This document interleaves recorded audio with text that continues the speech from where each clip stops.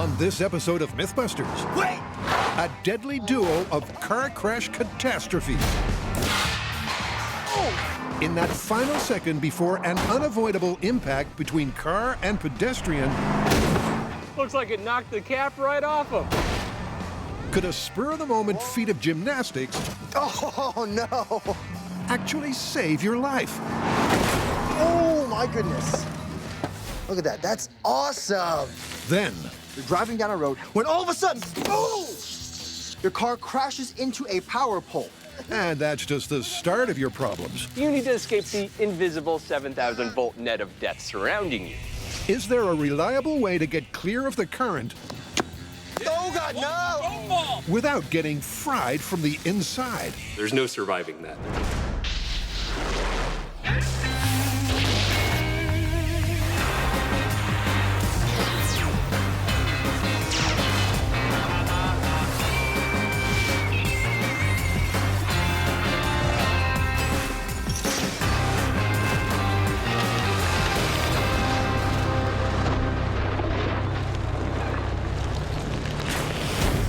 Our first myth is a tale of split-second suburban survival. Take one distracted driver heading straight for a daydreaming pedestrian. There's no time to jump sideways and avoid getting hit.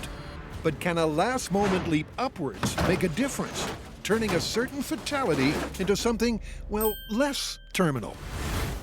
Question. What do you do if you're a pedestrian and suddenly notice a car coming straight at you? Hope for the best? This myth says that if you can avoid that grill and bumper, that you'll be able to survive. Sure, maybe you could even just skim over the hood of the car and roll up and over the roof and live to tell the tale. So is this your way of volunteering? Sure, what could possibly go wrong? To get started, the guys decide their best bet is to stage a worst-case scenario. We need to see what it looks like when a car going down an average street hits an average human and travels off with them. Wait! What? I think I have a better idea. No, don't worry. You won't feel a thing.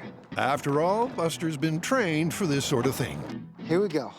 Nice and soft. Ooh. One thing a crash test dummy can't do is stand up for himself. But they've come prepared. With the aid of a gantry, the plan is to let him dangle. This is our gantry to suspend our unsuspecting pedestrian Buster. He'll be standing there while the car drives right through, bam! Knocking him off his feet, so to speak. We're gonna have our car going at a moderate city speed with a distracted driver and a distracted pedestrian.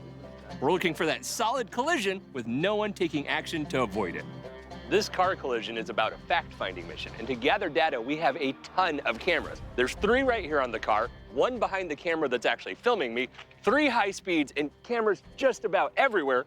High speed up here, camera in this corner, and this corner, and this corner.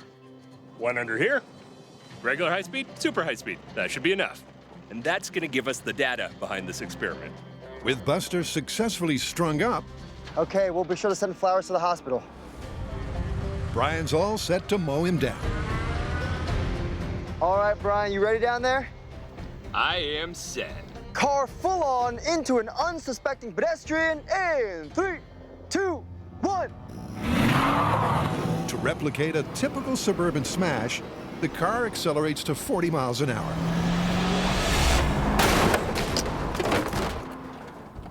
Oh! Looks like it knocked the cap right off him. And that would seem to be the least of his problems. Oh, wow, his whole leg dislocated. He doesn't look so good. This is some serious damage. Look at this. And this guy's made of hard plastic. Piece of the cab? That's not good.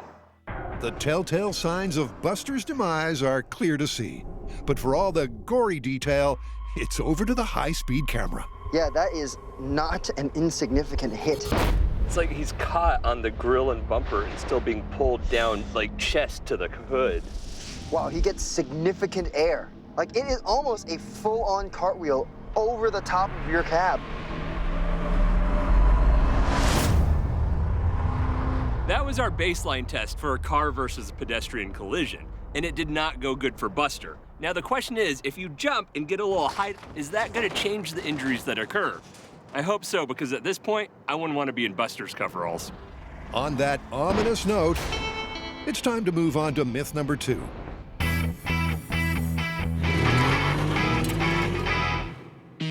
Which is one of those occasions when, if the crash doesn't kill you, the consequences might. So, let's set the scene. Car hits power pole, and live wires hit the road. It's generally safest to stay in the car, but not if it's on fire. The trouble is that the whole area is now a high-voltage hotbed, where every step could well be your last. The myth is that by being ultra careful, you can shuffle to safety without getting barbecued in the process. You know, insurance isn't gonna let us drive a car into a power pole, set that car on fire, and then try to escape. Yeah, you're probably right about that, but that's why we need to understand the principles that make up this myth, and then we can find an analogous way of doing it. Electricity is a complicated and tricky subject, and it helps to think of the whole thing as a waterfall. The height of the waterfall is its potential, or what we call voltage in electricity. The longer the fall, the more damage being done at the bottom. Now, the other thing we're going to be looking at is current, and that's the volume of water. A little trickle from a tall waterfall is not a big deal, but a lot of water, say just a 1-foot river flowing, is enough to wash away a loaded tractor trailer. And it's those two principles, voltage and current, that we're going to be looking at for this myth. There are 2 ways electricity can kill you. The first way, at the lower range, around 25 milliamps, it'll stop your heart by overriding your central nervous system. Now, the other way is when you're working in higher currents like that of a down power line, where if you mess up, it'll cook you from the inside out. And it's that thermal damage that this myth is trying to circumvent with its car exiting techniques. As this public service video shows, just getting out of the car is the first life and death challenge. After that, survival depends on how you progress. And this myth is all about finding safe passage, if possible, through those pulsating rings of high-voltage current. Electricity likes to take the path of least resistance. Usually that's the wires it's in. Other times, unfortunately, it might be us. To give you an idea of just what sort of damage that can do, we're going to take 230 amps courtesy of our TIG welder, put it through this pig heart, and then cut it open and look at the damage. Pigs are a Mythbusters favorite for a human analog. That's true. So the analog human heart gets shoved into an analog human chest. You say 230 amps? Sounds good to me. Last thing before we go. What's that? The ballistics gel torso should conduct electricity just like real flesh and blood. He's ready. Looks like he's already been shot. Electrical trauma test in 3, 2, 1. The results are almost immediate. It's smoking. That's some steam. I'm glad we bought our barbecue schmucks. Oh, it's coming out over his head. Yeah, he's getting cooked. Well, I think we pull out the heart and give it a bit of an autopsy. All right, get my fork and knife. The guys plate up the damaged organ. Ooh, it's a little toasty. Wow, that's a lot toasty. Right beside it is a similar, unelectrified pig's heart. Oh boy, right off the bat. I mean, look at this. That is almost completely destroyed along this edge, so that's half of your heart dead right there. There's no surviving that. We should probably cut the fresh, uncooked heart just to compare side by side. I think so. You don't need to be a cardiac surgeon on this one, just be familiar with dinner. That's raw meat, that's cooked meat. Holy moly. When we pumped electricity through this heart, I expected it to be charred and smoldering on the outsides, just like in the movies. But when we cut this open, this heart is completely cooked. You could serve this piece of meat at a restaurant because it is well done. Now, we always take safety to the utmost consideration on Mythbusters, and we'll continue to do the same because I don't want to end up like this. Did we mention don't try this at home? But the really scary part is that you can grill your gizzards without even getting close to those downed cables. There's no doubt that if your body becomes part of a high current circuit, it's not gonna end well for you. Yeah, but I have seen incidents where there's a down power line, and even though that's a fair distance away, you could still get shocked. Well, it's that high voltage that's driving the electricity to do those weird things, and I think I have a pretty cool way of visualizing it, but I'm gonna need a car, a down power line, and a street. I can do that. Divide and conquer? Sounds good. Right. Still to come, an old friend adds a spark to proceedings. But next up, John takes a tumble in the battle of man versus car. Here we go. Just a, oh.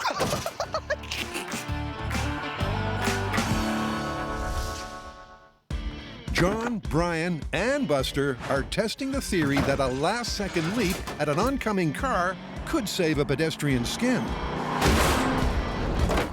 We gave ourselves an idea of what happens when you fail to make the jump. Now the next question is, how do you make the jump?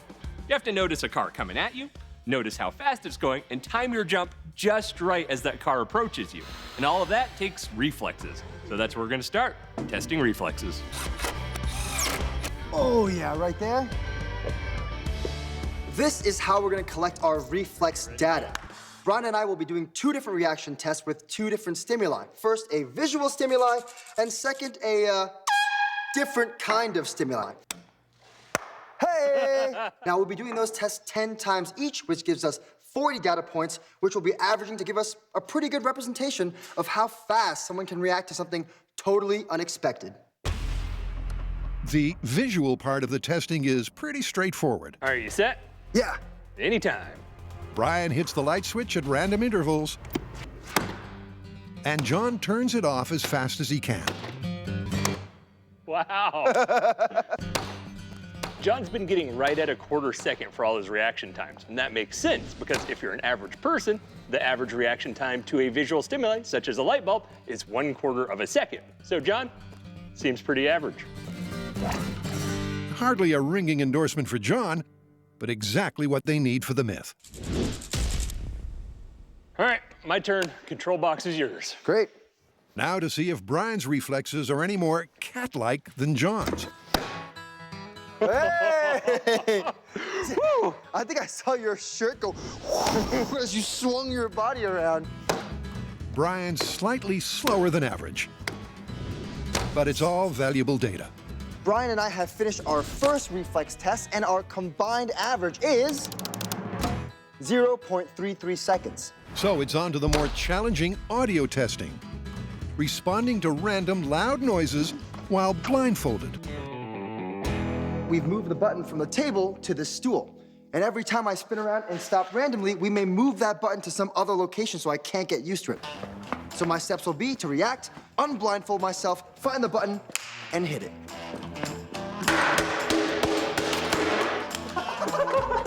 For both John and Brian, these audio reflex tests are more of a challenge. The element of disorientation adds that vital touch of realism.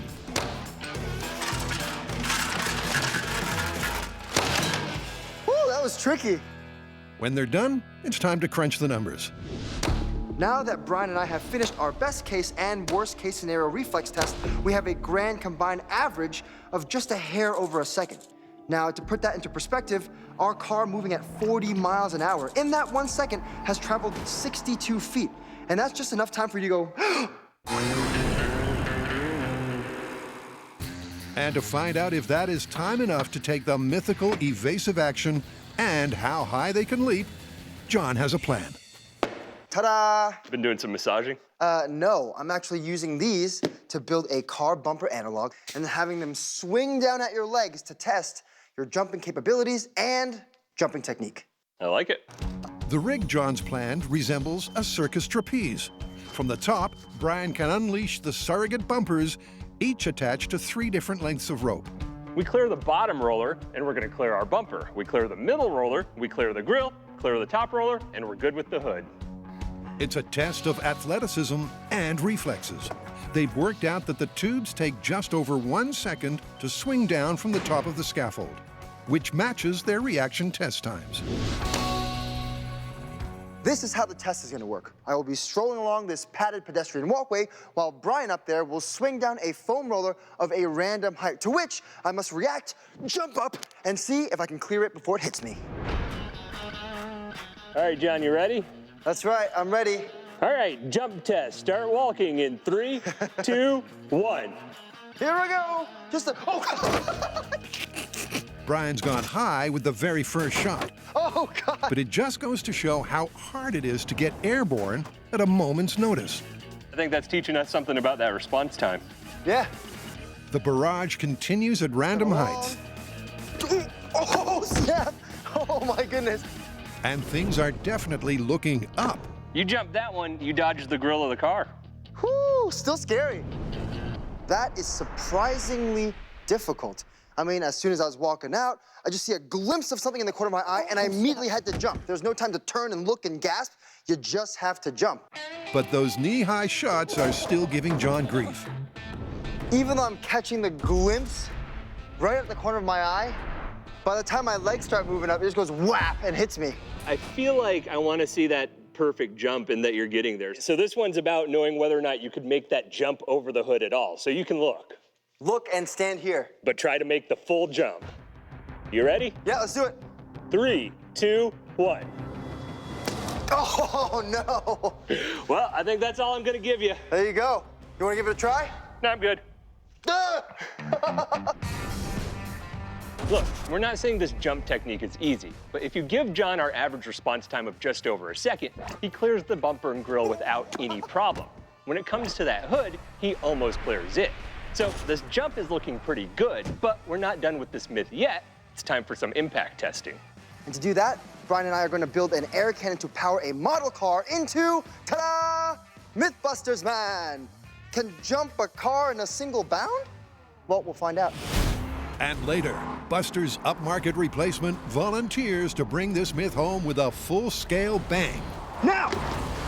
Yeah!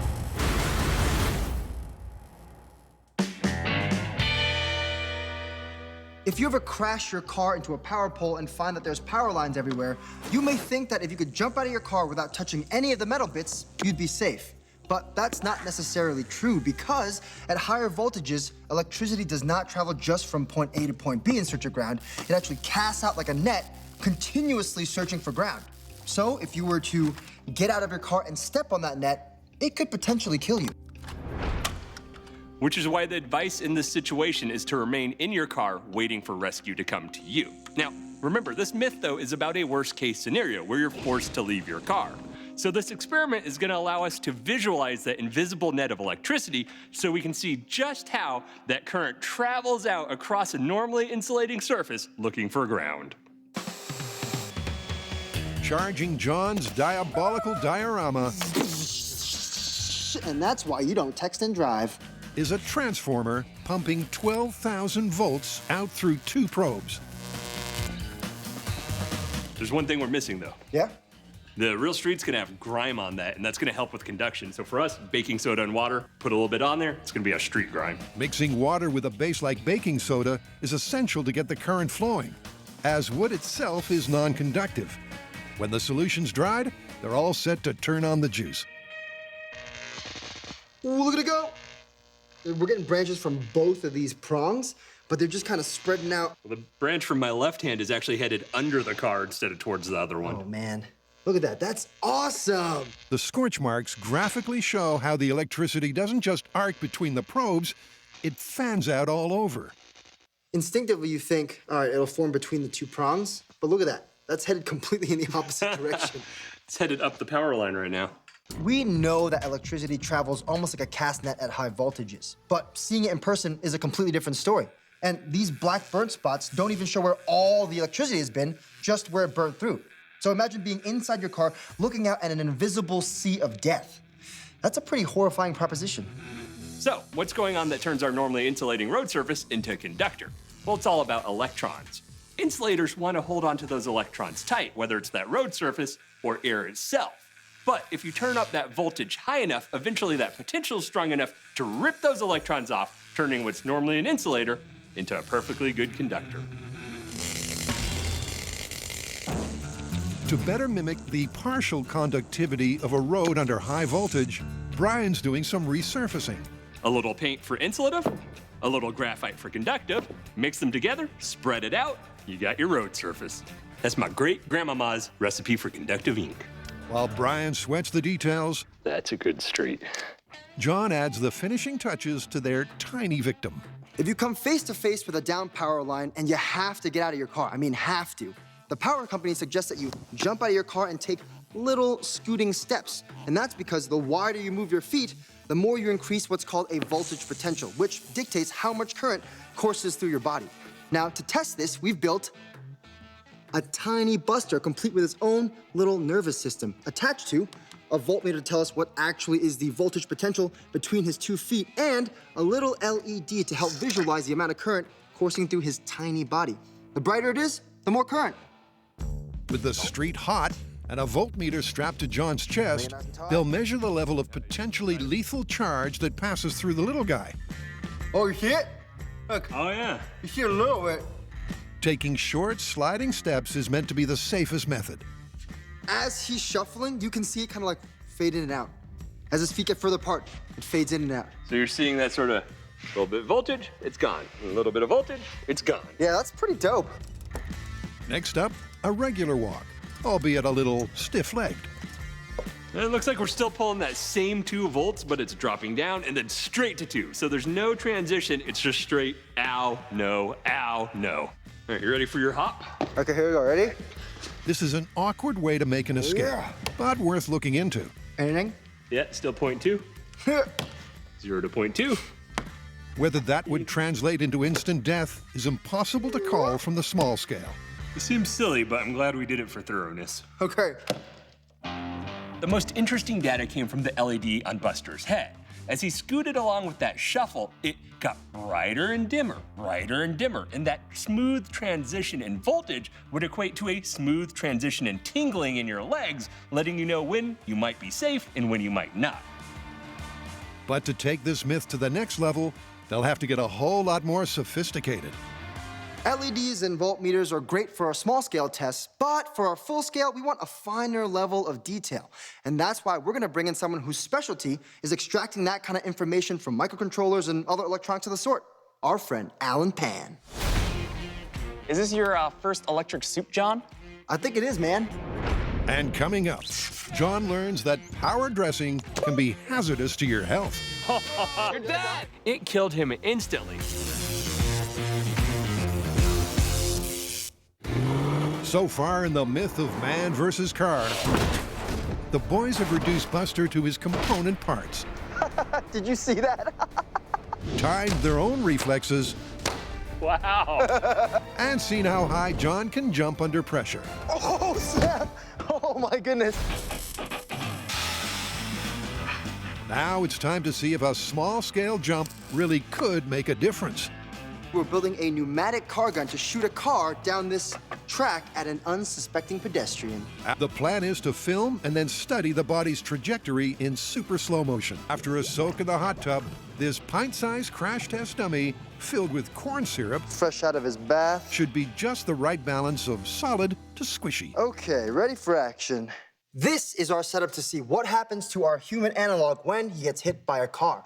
Now you notice our rig has height adjustment so we can change the level at which the car hits him. This is our car, which is powered by this air cannon. We'll charge up the tank, pull the trigger, and fire the car at him. Charging. Our first test will be full-size grill against unsuspecting pedestrian. Brian charges the air cannon to 45 psi. Full-on front-of-car grill versus unsuspecting pedestrian in 3, 2, 1. And correct me if I'm wrong, but that may have just been a touch hot. So car versus person versus camera. Yeah, I think 45 PSI might be a little too much. We got off the starting line so fast that it did a wheelie. The car is riding the person off the ramp. All right, let's dial back the PSI. Sounds good. So with the pressure dialed down a notch, Okay, I'll give you the countdown. they're soon set to try again. In 3, 2, 1. It's a nice collision. And it's off to the high speed. This is their first glimpse of what can happen to a body that's more cushy than Buster's. Whoa! The hand goes and the lower body goes, and then the front of it catches up with the rest of the person. It's a catastrophic collision. Now to see if a jump makes a difference. I like the idea of mimicking my jump in this little dude's legs. First off, they'll follow John's early form by lifting the legs just a bit, up to bumper height. Perfect. That's a ankle-shattering height. And we're all set to compare comparative calamities. In 3, 2, 1. That looked significantly different. It looked like he was cartwheeling through the air. That's definitely a different hit. Instead of being there in the pelvis, that's maybe bilateral femur fractures. It's bad, but not as bad. Yeah, and after he gets hit, he looks like he almost clears the entire car. It just might be a better outcome. But try telling that to the dummy. Next, they'll imitate John's last real-life jump by tucking its knees up. John's final jump was right there where his shin hit the hood, so we're gonna get Buster into that slightly tucked-in jump position and ram a car into him. All right, good luck. Charging. 30 PSI. Car into unsuspecting bystander with feet just clipping the hood. In 3, 2, 1. Flipped again, but he didn't even go as far. I'm gonna have to look at the high speed, but I feel like that was better. Ooh. It looks like more of his upper body is totally just glancing off the windshield instead of wrapping itself around the car. With each jump, the higher you get, the less time you have in contact with the car, and that's good for that transfer of energy. But this still doesn't look like an accident you'd walk away from. Let's not get ahead of ourselves. This is about survivability. And the last time I checked, doing cartwheels over a car at high G's and then landing, not so good for your health. But that's what we're gonna test for, survivability in full scale. He's ready. So far, John and Brian have dug deep to dissect the myth of the potentially fatal electric escape. That's half of your heart dead right there. There's no surviving that. And after small-scale testing, they're ready to take the next step with electronics expert and fellow search contestant, Alan Pan. Well, you have a pretty good idea of what was going on here, but we're ready to go full scale with it. Yeah, and I imagine you guys probably don't want to charge yourselves up to 7,000 volts or so. No, but we do want a way to scale down that voltage into something safe we could work with. Okay, we could build a rig with a microcontroller that would show the interaction between your body and the road, but at a safer, lower voltage. Great, you do that and I'll build the suit for you to mount it to. And I'll go create a horrific car wreck. Okay. Okay.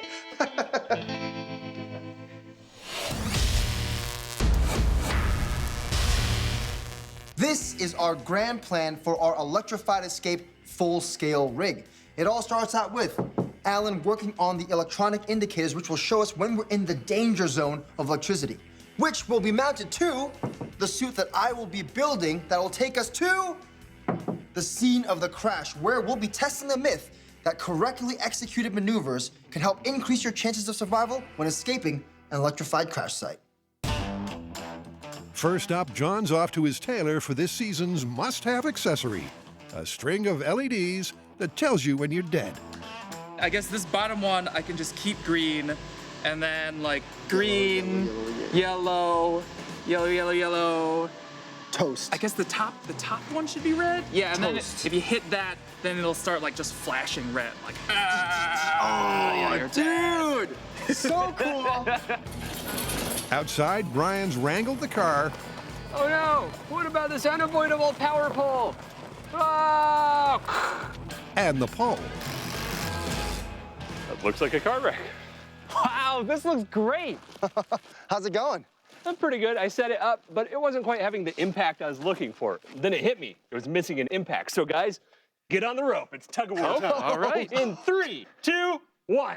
Oh, God! Oh, no! And there's your realism. Thanks for your help.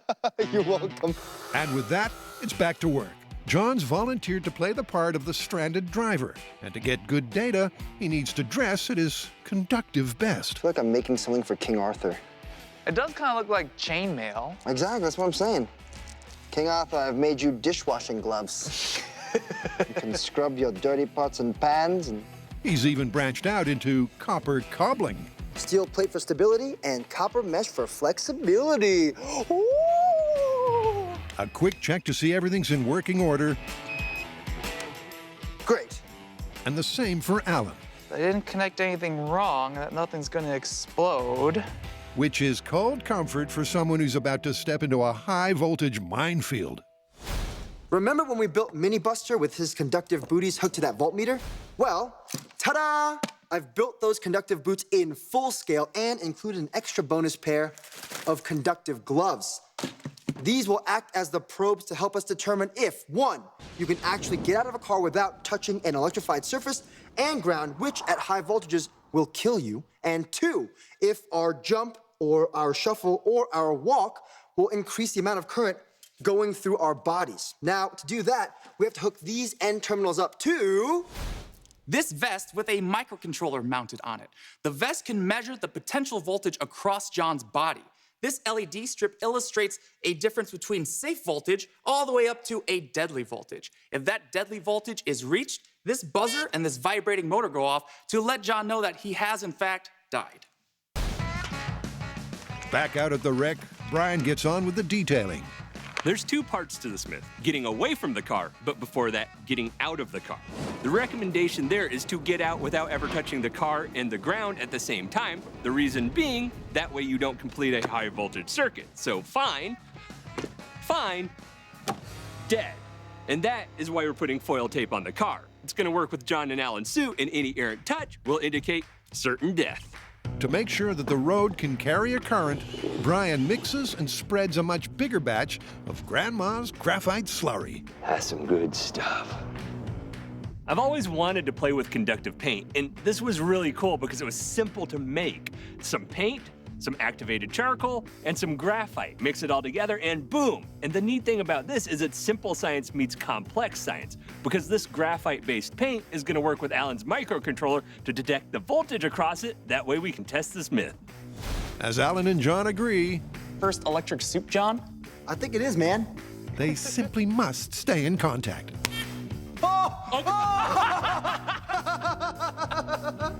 Yeah! John and Brian are testing the myth that it's better to jump than stand still when there's no time to run from an oncoming car. We've explored a pedestrian impact on small scale and large scale, but it's time to move on to the point of this myth: injury.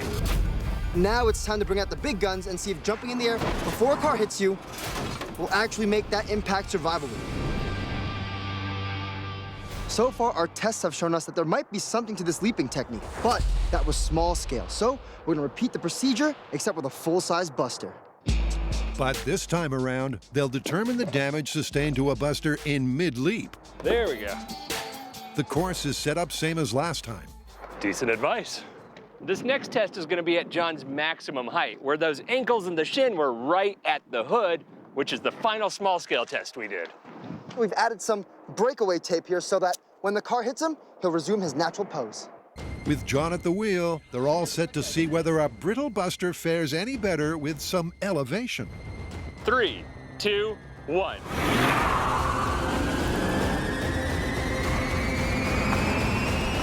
Coming in. Ooh! Buster just, thump, one quick backflip. Despite this windshield looking like a huge disaster, I'm suspecting he's taken less damage. When I said we'd be bringing out the big guns, that's who I meant. He's Boomer, our incredibly accurate human analog, and he'll be giving us definitive answers when comparing the injuries of being hit by a car flat on and being hit by a car whilst jumping through the air. These state-of-the-art sin-dabbers are fast proving indispensable on Mythbusters. Whoa. That looks like a human flesh wound. I mean, he dead. Dead, dead, and dead. But these high-cost synthetic cadavers are best saved for myths with a serious purpose, like saving a life. Skin's been ripped off the toe, complete ankle dislocation, super gruesome. As with the airbag disaster myth, Boomer will later be sent back to his makers for a comprehensive post-crash analysis. In case you're wondering what all the water is, remember, Boomer is accurate just like a human being, so he's 80% water, and he needs to stay hydrated in this sun or else he'll dry out. This first crash test is a straight-on hit. The one thing they know in advance is it will be ugly. Okay, highly accurate human analog Boomer being hit flat out by a car in 3, 2, 1. Brian eases the taxi up to 40 miles per hour on impact. Woo, okay. Oh my goodness. Well, that seemed bad. Yeah, it's not looking good from here. I think the skin of one of his limbs is right here. Well, let's go take a look. The thing is, it's hard to know where to look. Boomer's broken body parts are spread far and wide. We've just seen the result of that car impact directly into the Sindabber. They are very realistic, and I've seen a lot in my years as a paramedic, and I can tell you that those are lethal results. A post-test X-ray analysis will confirm the lethality of the control collision. But first, the main event. Could a last-minute leap up really save your life? To find out, they have to get another Sindabber to jump at the last second. Cue a left field solution. Great, magnets on? Magnets on. We've created the opposite of moon boots. All right, magnets up. Once everything's welded down tight, they're ready to see if the magnetic release system works with a backup boomer. All right, you ready? Yeah, go ahead and count them into a release. Boomer jump in 3, 2, 1. Perfect. We've rigged up our Sindabber to jump at the same height and speed John achieved during the small-scale testing. So with just over a second of response time, that's 62 feet of travel at 40 miles per hour for this car, and that's right at the end of these cones. And at that instant, we'll flip the switch, releasing the magnet shoes, sending Boomer leaping. Days of painstaking testing have come down to this. Okay, here's the big test, Brian. They know the result won't be pretty, but maybe, just maybe, this time the hit won't be fatal. In 3, 2, 1. Here it comes. Now!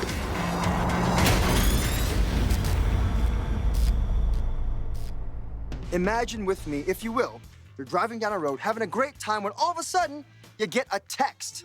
Great. You know you should never look at your phone, but hey, it's a one-time thing. When all of a sudden, boom! Your car crashes into a power pole. Now your car's on fire, there's smoke billowing into the cabin. You know you shouldn't get out of your car, but do you really want to cook like a Thanksgiving turkey?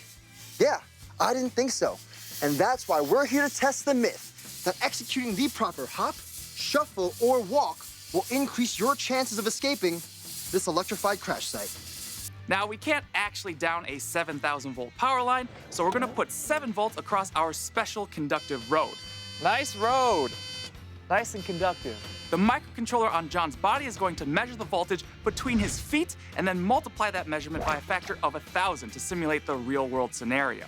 This is called the step voltage, and the step voltage will increase the further John's feet get apart from each other. We're gonna say that a simulated voltage of 200 volts is the upper limit of survivability. So if John hits that, he's dead, and his technique has failed.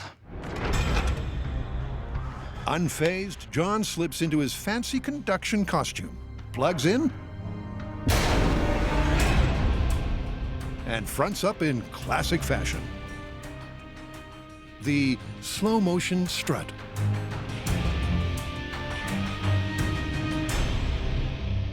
Our first test is going to be having me try to get out of this car without being electrocuted. Now, you might be going, John, I get out of my car all the time. It's so easy.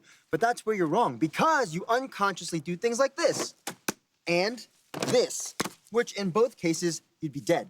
Plus, the car is on fire, so you really have to stay focused if you want to get out of this wreck alive.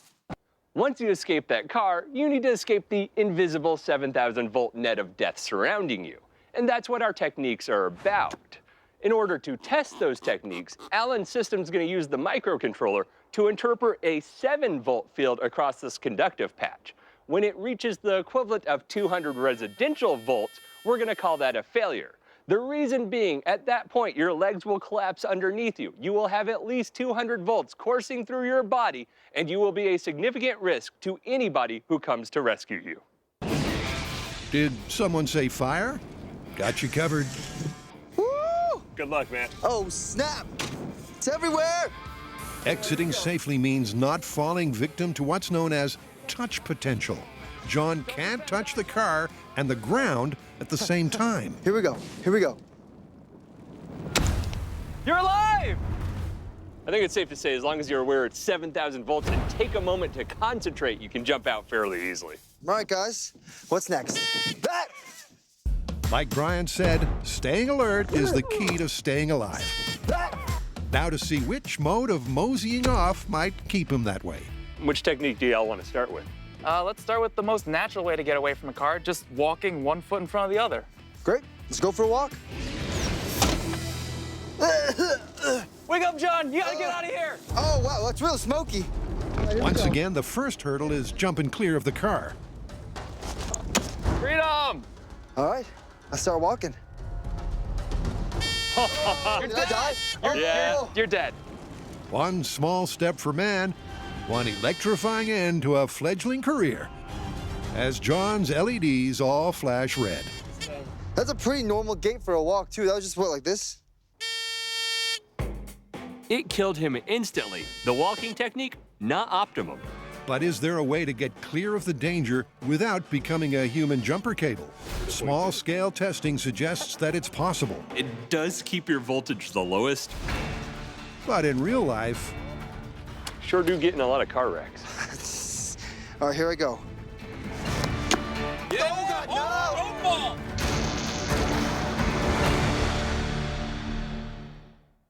testing the myth that escape from a car across a high-voltage highway is possible, John has proved he can safely jump clear of the wreck. You're alive! But when he tried walking away, it was a case of out of the fire and into the frying pan. Oh, that really messed up your walking. Now it's time to try springing to safety. All right, John, you ready to hop the entire way? Yeah, All right, count it in, buddy. here I go. Exiting an electrified vehicle and then escaping with hops. Opens the door. Sure do get in a lot of car wrecks. Get greedy! Oh, God, no! Don't fall! Don't fall, you'll die. Maybe we don't get Pretend die. Don't get greedy, don't get greedy. Here we go. Egress technique number 2, hopping. We try to remove that potential voltage between your 2 feet that would cause a harmful current to go through your body by sticking our feet together and just poop, jumping forward. Woo! All right. All right, that looked great. Yeah, I never saw the LEDs read more than 20 volts, but I did see you almost fall over. Yeah, I don't know how face planting onto a high voltage electrical field is really good for your health. Definitely not an optimal technique. Agreed. All right, last one. Yeah, let's try shuffling, keeping your feet together and just kind of shuffling along. Great. It takes steely nerves to shuffle at snail's pace away from a burning car, but this is their last shot at confirming the myth. Here we go. Whoa! Too much. After that first slightly alarming shuffle forward, Yeah, dial it back. There we go. Yeah, look. Looking safe. John slows his steps to a point where the LEDs barely register. Nice. The readout never tops 40 volts, way short of the 200 they figure would kill him. You're safe. I made it. Woo, super grateful. John noted that on the shuffling technique, he could look down at his LEDs and realize when the electrical voltage was getting too high. And I think that makes it the most promising, because that translates to a sensation of tingling from the electricity in real life. So you'd be able to actually know when you were sliding your foot too far, stop and catch up with the other foot. I really like this technique. To confirm the myth of safely traversing an electrified road, Nice. Yeah, I got that part down. the team had to find at least one reliable way to make your escape. With hopping, you can keep the step voltage low by keeping your feet together, but every time you hopped, you risked falling face first into 7,000 volts of potential. Yeah, that didn't sound too good. And that leaves us with our last method of egress, which is scooting. With your feet so close together, it decreases the amount of voltage potential between your feet and also gives you live feedback. So if you slip too far, boop. Well, if you find yourself in this horrible situation of an electrified car that's on fire that you have to escape, two of our methods, they weren't worth anything, but scooting, it improves your odds of survival. Sounds like it's confirmed. Confirmed. All right. Hey, your rig still works. Nice. Sure do leave a lot of burning cars behind. How often do you guys do this? No comment.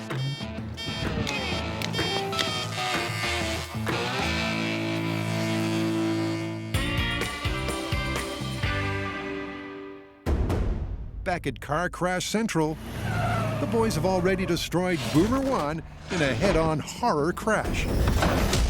Oh, my goodness. Now it's time to test the myth with a fresh Sindaver. But this time, who gets to jump.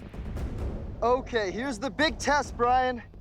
Highly accurate boomer, jumping right before being hit by a car in 3, 2, 1.